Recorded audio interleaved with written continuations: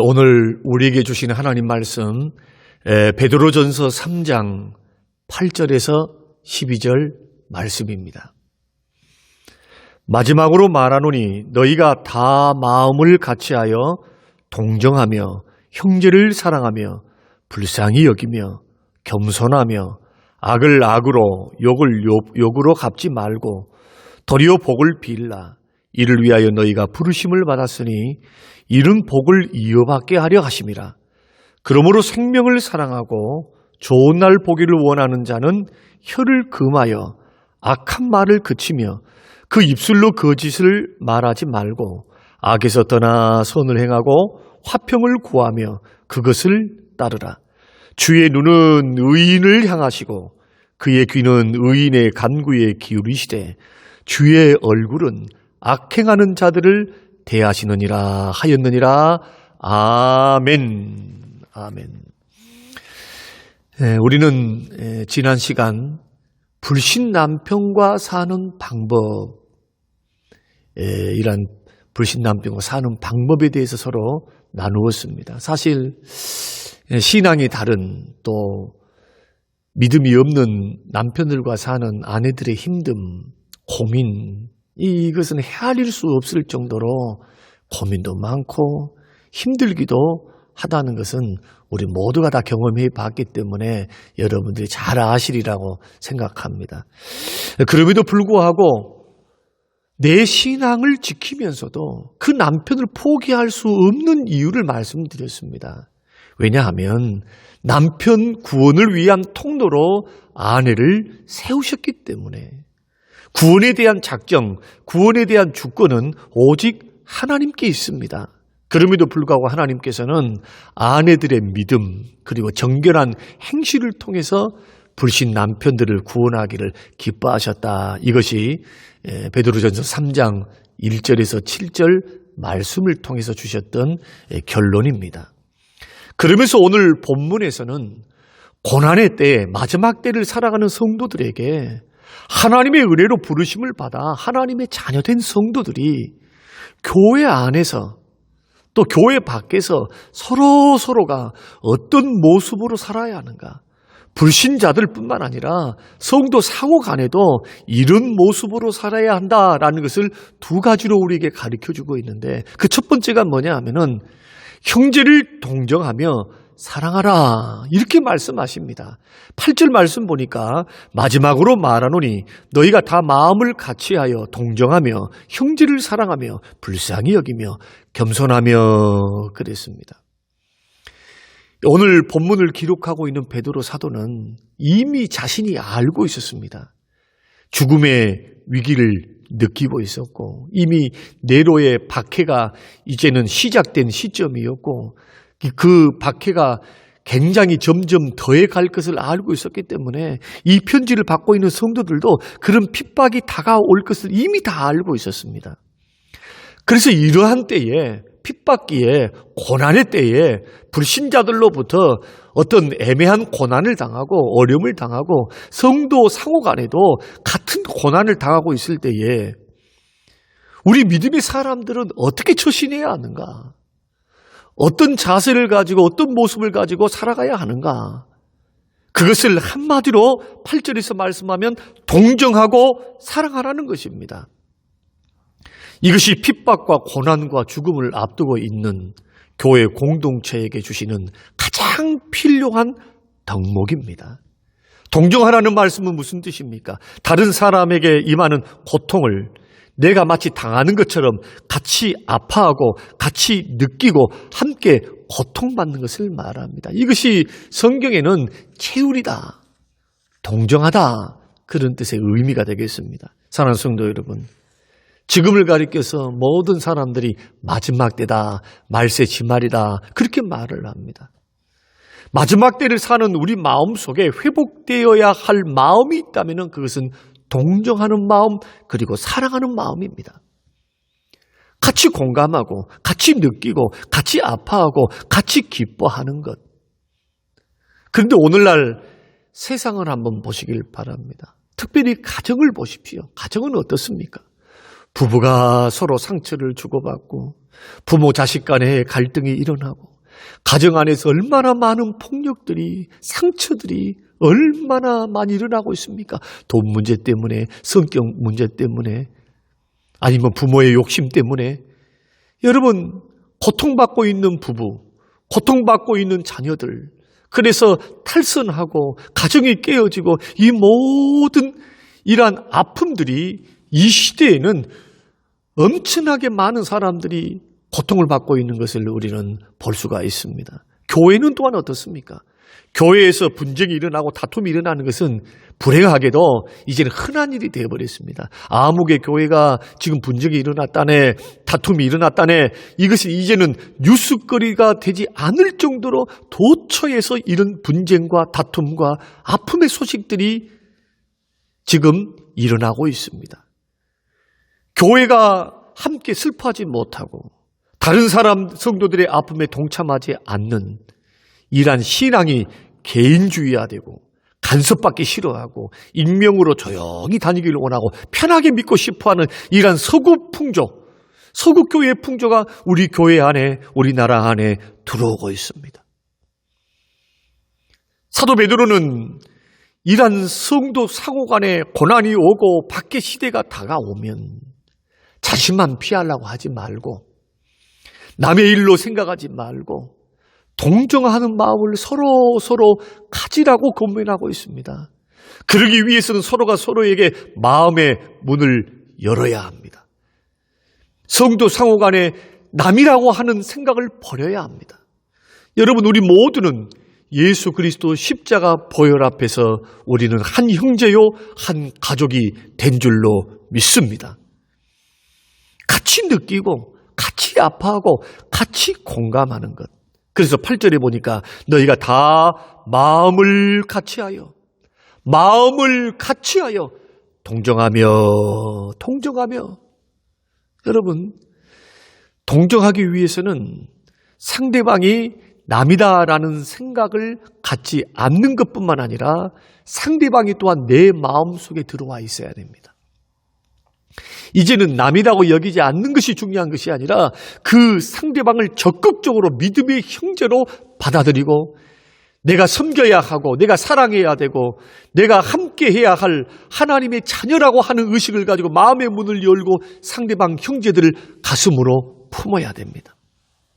그리고 상대방도 그 마음속에 우리들이 내가 들어가 있어야 합니다. 이것을 성경은 한 마음이다, 같은 마음이다 이렇게 표현을 했습니다.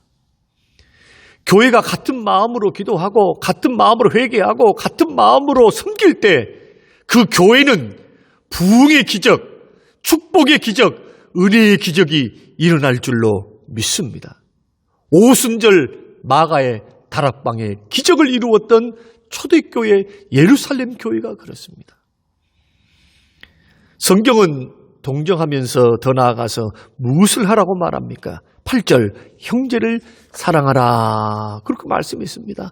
같이 느끼고 같이 아파하면서 무엇으로 승화시키라는 말씀입니까? 이제는 더욱더 사랑하라는 겁니다. 같이. 사랑하는 성도 여러분, 우리가 이 세상에서 할 수 있는 최선의 일, 최후의 일, 최고의 일이 형제를 사랑하는 것입니다. 왜 그렇습니까? 사랑은 율법의 완성이기 때문입니다. 사랑하는데 미워할 수 있습니까? 형제를. 사랑하는데 형제 앞에서 교만할 수 있습니까? 사랑하는데 형제들에게 분을 낼 수 있습니까? 그럴 수 없어요. 사실은 교회 안에 있는 모든 문제, 많은 문제들은 나의 사랑, 우리의 사랑이 부족하기 때문에 일어나는 현상이 많습니다. 성경의 주제는 삼위일체 하나님께서 죄인들을 사랑하셨다는 것입니다. 그리고 믿는 성도들에게 주시는 성경의 핵심 내용은 뭡니까? 하나님을 사랑하라, 그리고 이웃을 사랑하라. 이 사랑이 마지막 때를 살아가는 고난의 때를 살아가는, 그리고 주님을 만날 것을 사모하면서 재림을 기다리고 다시 오실 주님을 기다리는 우리 믿음의 사람들의 마지막 무기, 그리고 불신자들에게 그리스도인으로서 보여줄 수 있는 증거, 이것이 바로 형제가 서로 사랑하는 것인 줄로 믿습니다. 요한 1서에서도 또한 요한복음에서도 너희가 서로 사랑하면 너희가 내 제자인 줄 알리라. 누가 그것을 안다고 말씀하셨습니까? 불신자들이 안다는 겁니다. 성경책 끼고 교회를 다니고 예배하고 기도하고 여러분 종교적인 의무를 감당한다고 해서 야, 저 사람들은 예수님의 제자야 이렇게 평가하는 것이 아니고, 그 교회 구성원들이 서로 세상 사람들과 다르게 뜨겁게 사랑하고 뜨겁게 같이 동정하면서 같이 마음을 같이 하면서 여러분 사랑할 때 그 사랑의 행동을 보고 사랑의 섬김을 보고 불신자들이 교회 밖에 있는 사람들이 우리를 그리스도의 제자라고 인정해 준다는 것입니다. 그러면서 8절에서 동정하고 형제를 사랑하면서 거기에다가 무엇을 더하라고 말씀합니까? 불쌍히 여기면서도 동정하라는 말씀입니다. 겸손하라고 말씀하고 있습니다. 서로 마음을 느끼면서 서로 같이 아파하면서 그리고 뜨겁게 서로가 서로를 사랑하면서 불쌍히 여기면서 거기에다가 우리의 인격과 삶 속에서 서로가 서로에게 해야 될 게 뭐냐 하면은 겸손입니다. 오늘 본문에서 말하는 겸손이 무엇입니까? 동정해 보려고, 사랑해 보려고, 불쌍히 여기려고 열심히 형제들의 허물을 덮어주고 그리고 함께 느끼려고 애를 쓰고 노력하는데도 이상하게도 내 힘으로는 그것이 잘 안 돼요. 마음은 원이지만은 행동이 따르지 않고 수고가 따르지 않고, 여러분 이런 현상들을 우리가 느끼면서 하나님의 능력 앞에, 하나님의 존재 앞에 우리 자신들을, 우리의 부족한 우리들을 낮추는 것, 겸손히 주님 앞에 엎드리는 것. 사랑하는 성도 여러분, 사랑하는 것, 동정하는 것, 불쌍히 여기는 것, 이것은 주님의 은혜를 공급받을 때에 가능한 것입니다. 성령의 능력을 받을 때, 성령의 은혜를 받을 때, 하나님의 은혜를 주실 때, 그래서 우리는 은혜로 충만해 있으면은 모든 것이 품어져요. 은혜 충만하면은. 그런데 은혜 떨어져 보십시오. 주님으로부터 오는 말씀의 은혜, 기도의 은혜, 성령이 주시는 놀라우신 하늘로부터 내리시는 은혜와 부어주시는 그 사랑의 은혜들이 식어져 보세요. 그러면 조그만 것 하나도 다 시험거리로 보이고 다 밉게 보이고 품지를 못하고, 여러분 상처를 주는 우리 본성이 그렇습니다. 본성이. 우리 본성은 사랑하는 것 대신에 사랑받기를 더 좋아하고 불쌍히 여김을 내가 더 받기를 원해요.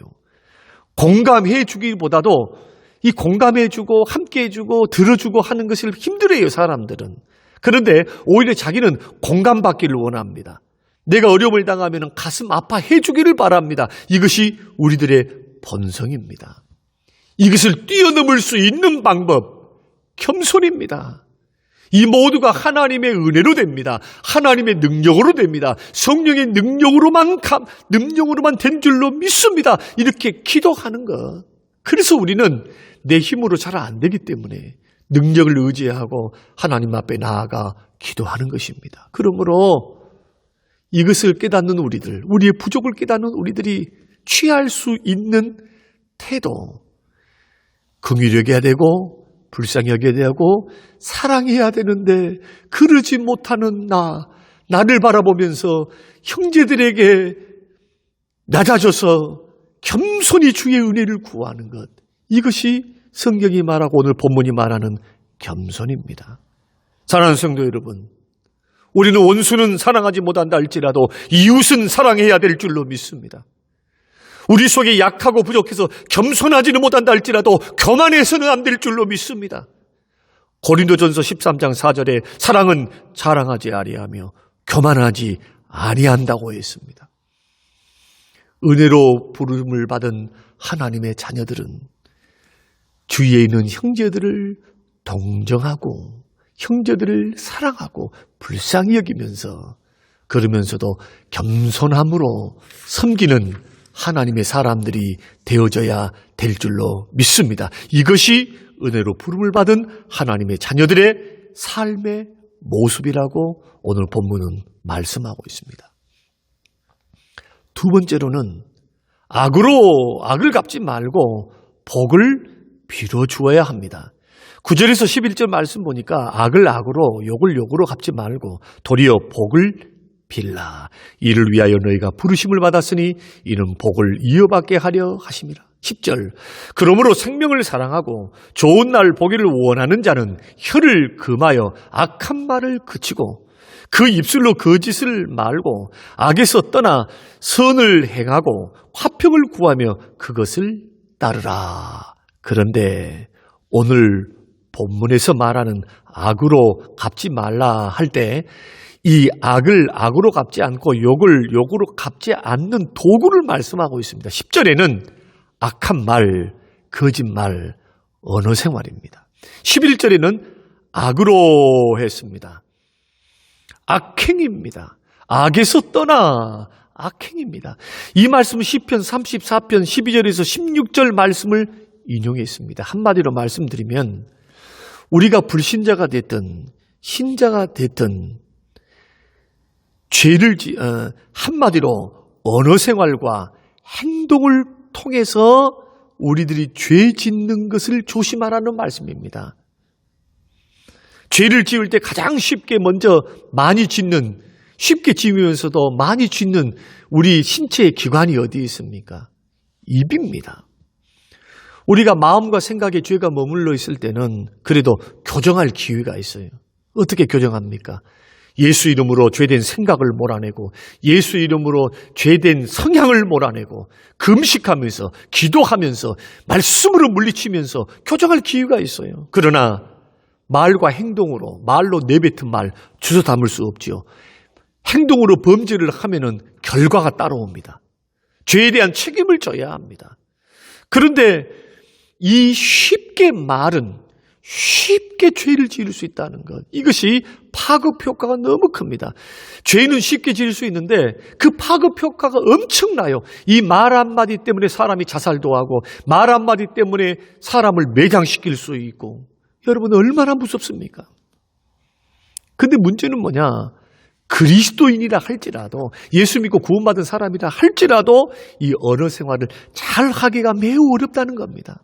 그래서 야고보서 말씀 보면은 혀를 길들일 장사가 없다. 언어 생활이 온전하면 그 사람의 삶은 온전하다. 인격이 온전하다고 이렇게 말씀했습니다. 그러면 우리 믿는 사람들은 어떤 것을 버려야 하는가? 두 가지를 버려야 합니다.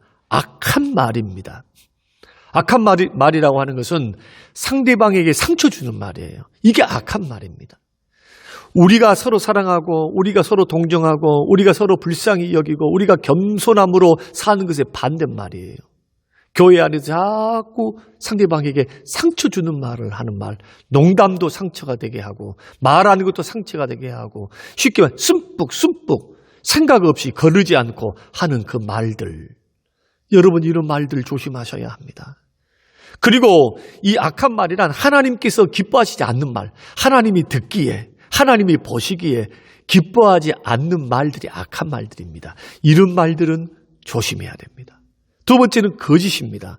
거짓이라고 하는 것은 상대를 속이고 해치는 말입니다. 자기 이익을 위해서, 자기 분풀이를 위해서 상대방을 비방하고 헐뜯고 속이고 물고 뜯고 해치는 그러한 말들, 이것을 삼가하는 것, 이것이 은혜로 부름을 받아 하나님의 자녀로 세움을 받은 하나님의 사람들이 해야 할 것. 오히려 무엇을 하라고 말합니까? 이 모든 것들을 삼가하고 이것을 그치고 오히려 화평을 이루라고 말씀합니다. 화평. 사랑하는 성도 여러분, 우리들이 언제 교회가 화평하고 가정이 화평해지고 우리의 공동체가 화목을 이룰 수 있습니까? 서로가 서로에게 언행을 삼가하고 거짓말하지 않고 상처를 주는 말을 삼가하고 또한 선을 행할 때 여러분의 직장, 여러분의 가정, 우리의 교회의 화평을 보장받을 수 있습니다. 그래서 로마서 12장 18절 말씀 보면은 할 수 있거든 너희로서는 모든 사람과 더불어 화목하라. 화목하는 방법이 언행을 삼가하고 선을 행하는 것. 여러분, 빌미를 제공하지 않게 되시길 바랍니다. 사단에게 빌미를 제공하지 않는 것. 이것이 우리의 언어 생활이며 우리의 행동이라는 것을 우리는 생각해야 될 줄로 믿습니다. 더 나아가 해야 할 것이 한 가지가 있죠. 뭘 하라고 말씀합니까? 악으로 욕으로 하지 말고 대신 9절 말씀 보니까 상대방에게 복을 빌어줘라 말씀을 했습니다. 여러분, 세상은 선으로 악을 갚고 은혜를 원수로 갚습니다. 또 악으로 악을 갚고 욕으로 욕을 갚고 이것이 당연시되어 있어요. 이것이 세상 사람들의 삶의 모습입니다. 그리고 불의한 사람들이 의로운 사람, 정말로 의로운 사람, 선한 사람, 이런 사람들을 모함하는 일들이 얼마나 많이 일어나고 있습니까? 그런데 그런 일들을 당한다 할지라도, 그런 일들이 우리에게 있다 할지라도, 그런 애매한 고난을 우리가 받는다 할지라도 예수 믿는 사람들은 똑같이 그렇게 해서는 안 된다는 거예요. 이것이 우리 믿는 사람들의 딜레마입니다. 이것이 어려움입니다. 대신 뭐라고 말씀합니까? 도리어 복을 빌라, 복을 빌어줘라고 말합니다. 왜 이렇게 해야 합니까? 이렇게 하도록 부르심을 받았기 때문입니다. 이렇게 하라고. 힘으로 해보려고, 다툼으로 해보려고, 성격대로 해보려고 하면 믿는 사람들은 언제나 백전백패입니다. 비록 인간적으로 상대방을 제압하고 상대방을 이겼다 할지라도 하나님이 보셨을 때는 너는 졌다, 너는 졌다 이렇게 판단하십니다. 왜냐하면 우리 하나님께서 우리 자신들이 주님으로부터 갚을 수 없는 은혜와 사랑을 받은 자들이죠. 지옥 형벌 대신에 영생과 영원한 천국을 값없이 받았는데, 그럼에도 불구하고 우리에게 조그만 성격 내지는 상처, 자존심, 물질 손해 이런 것들을 우리에게 줬다 해서 그들을 용서하지 못하는 것, 이것은 주께서 보실 때에 우리의 믿는 사람들의 마음이 옹졸하다고 느끼시는 거예요. 말로 다 할 수 없는 엄청난 사랑을 받은 사람이 조그만 손해를 못 참고 용서하지 못하는 것, 이것을 주님은 기뻐하시지 않습니다. 그래서 형제를 용서하고 사랑하되 원수를 갚지 말고 분풀이하지 말고 오히려 너의 억울함, 너의 원수, 너의 괴로움 다 어떻게 하라고 말씀합니까? 나에게 맡기라고 말씀하십니다. 내가 갚아주리라, 내가 갚아주리라. 사랑하는 성도 여러분, 모든 일을 사랑으로 해결하시기를 주의 이름으로 축원합니다. 오늘 본문에서 복을 빌어줘라 할 때 이 빈다는 말은 좋게 말하는 거예요. 좋게. 기분 나빠도 감정이 상해도 나에게 잘못한 그 사람에게 좋게 말해주라는 거예요. 성질대로 저주의 말, 감정을 풀어내는 말 대신에 좋게 말해주라. 어떻게? 축복의 말. 이것이 축복하는 것이고 복을 비는 것입니다. 그러면 왜 용서해주고 도리어 복을 빌어줘야 됩니까? 두 가지 이유 때문입니다. 9절. 하나님으로부터 복을 유업으로 받기 때문입니다. 우리가 용서해주고 도리어 복을 빌어주면 하나님으로부터 복을 이어받습니다. 주경학자들은 대체로 이 복을 두 가지로 설명하는데, 첫째가 구원과 영생의 복이고, 둘째가 참고 사랑하는 자에게 주시는 상급 하나님의 보상을 말합니다. 여러분, 용서하고 사랑하고 억울하고 감정상하고 상처받았다 할지라도 우리가 주님의 원리대로 참고 인내하면서 용서하고 축복을 빌어주면 주님으로부터 상을 받을 줄로 믿습니다. 상이 기다리고 있어요. 상이. 이것은 예수님께서 마태복음 5장 11절에서 너희들이 나를 인하여 욕하고 핍박을 받으면 기뻐하라, 하늘에서 상이 큼이라고 말씀하셨습니다. 두 번째로는 주님의 눈과 귀가 믿는 성도들을 향하고 계시기 때문입니다. 12절, 주의 눈은 의인을 향하시고 그의 귀는 의인의 간구에 기울이시되. 이 말씀은 시편 34편 12절에서 16절을 인용했습니다. 오늘 다 같이 함께 읽겠습니다. 생명을 사모하고 연수를 사랑하여 복받기를 원하는 사람이 누구뇨? 내 혀를 악에서 금하며 내 입술을 거짓말에서 금할지어다. 악을 버리고 선을 행하며 화평을 찾아 따를지어다. 여호와의 눈은 의인을 향하시고 그의 귀는 그들의 부르짖음에 기울이시는 도다. 다윗이 했던 말씀입니다. 이것을 로마서 12장 20절에서 21절 말씀 보면은 내 원수가 줄이거든 먹이고 목마르거든 마시게 하라. 그리함으로 내가 숯불을 그 머리에 쌓아놓으라. 악에게 지지 말고 선으로 악을 이기라. 시편 이 말씀은 선으로 악을 이기라는 말씀입니다. 잠언 17장 13절에서는 누구든지 악으로 선을 갚으면 악이 그 집을 떠나지 아니한다. 시편 1편 6절 말씀에서는 무릇 의인들의 길은 여호와께서 인정하시나 악인들의 길은 망하리로다. 악인들의 길은 망하리로다. 의인들의 길은 여호와께서 인정하시나. 용서하고 사랑하고 원수 갚지 않고 선으로 악을 이기고 오히려 복을 빌어주고, 이것이 스데반이 했던 길이고 예수님이 걸어가셨던 길입니다. 이것을 우리에게 주님이 우리에게 요청하고 있는 것입니다. 사랑하는 성도 여러분, 이 세상에서 가장 복되고 가장 좋은 길은 하나님께서 나와 함께하는 길인 줄로 믿습니다. 주의 눈이 누구를 살펴보고 계십니까? 주의 귀가 누구를 향하여 귀를 기울이고 있습니까? 이렇게 악을 악으로 갚지 않고 욕을 욕으로 갚지 않고 선으로 악을 이기고 인내함으로 참고 견딤으로 복을 빌어주는 의인들, 이러한 사람들에게 주의 눈은 그 의인들을 향하고 있습니다.